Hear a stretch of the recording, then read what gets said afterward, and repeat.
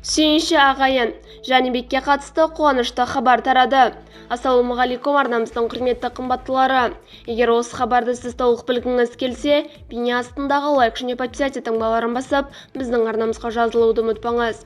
Егер сіз жазылған болсаңыз, онда біз бастадық.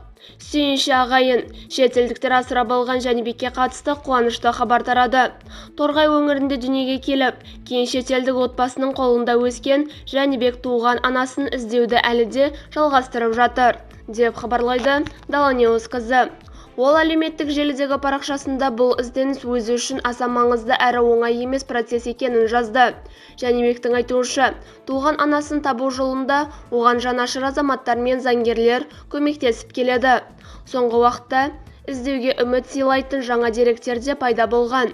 Дегенмен, Жәнібек бұл істің қанша уақытқа созылатынын нақты білмейтінін, бірақ жақсы жаңалықтан үміт үзбейтінін айтты. Саламатсыздар ма? Қадірлі отбасым мен достарым, сіздермен жүрек жарды жаңалығымды бөліскім келеді. Қымбат досжан, мен Мейіржан Шекеева және басқа да жанашыр адамдармен бірге анамды іздеуді жалғастырып жатырмыз. Бұл іздеу қанша уақытқа созылатынын білмеймін. Мүмкін ұзаққа созылар. Мүмкін күтпеген жерден жақын арада жақсы жаңалық болар. Соңғы уақытта бізге үміт сыйлайтын бірнеше дерек кездесті. Мен күн сайын сіздерді де, анамды да ойлаймын. Барыңызға, баршаңызға тек жақсылық тілеймін, деп жазды Жәнібек.